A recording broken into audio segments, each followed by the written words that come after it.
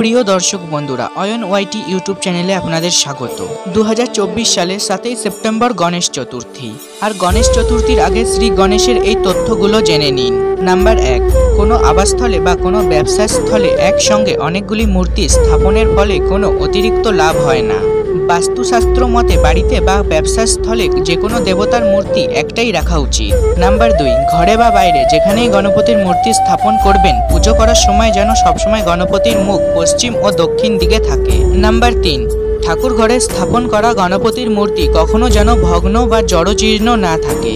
Number 4, গৃহে কোনো মৃত ব্যক্তির ছবির সঙ্গে গণপতির মূর্তি বা ছবি রাখবেন না। নাম্বার 5, ব্যবসার স্থানে সব সময় ডান দিকে সুরযুক্ত গণপতির মূর্তি রাখতে হয়, এতে ব্যবসায় শুভ ফল দেখা যায়। নাম্বার 6, মনে রাখবেন গণপতির ছবি এমন কোনো দেওয়ালে লাগাবেন না যার সামনে কোনো শৌচালয় আছে, এতে গণপতিকে অপমান করা হয়।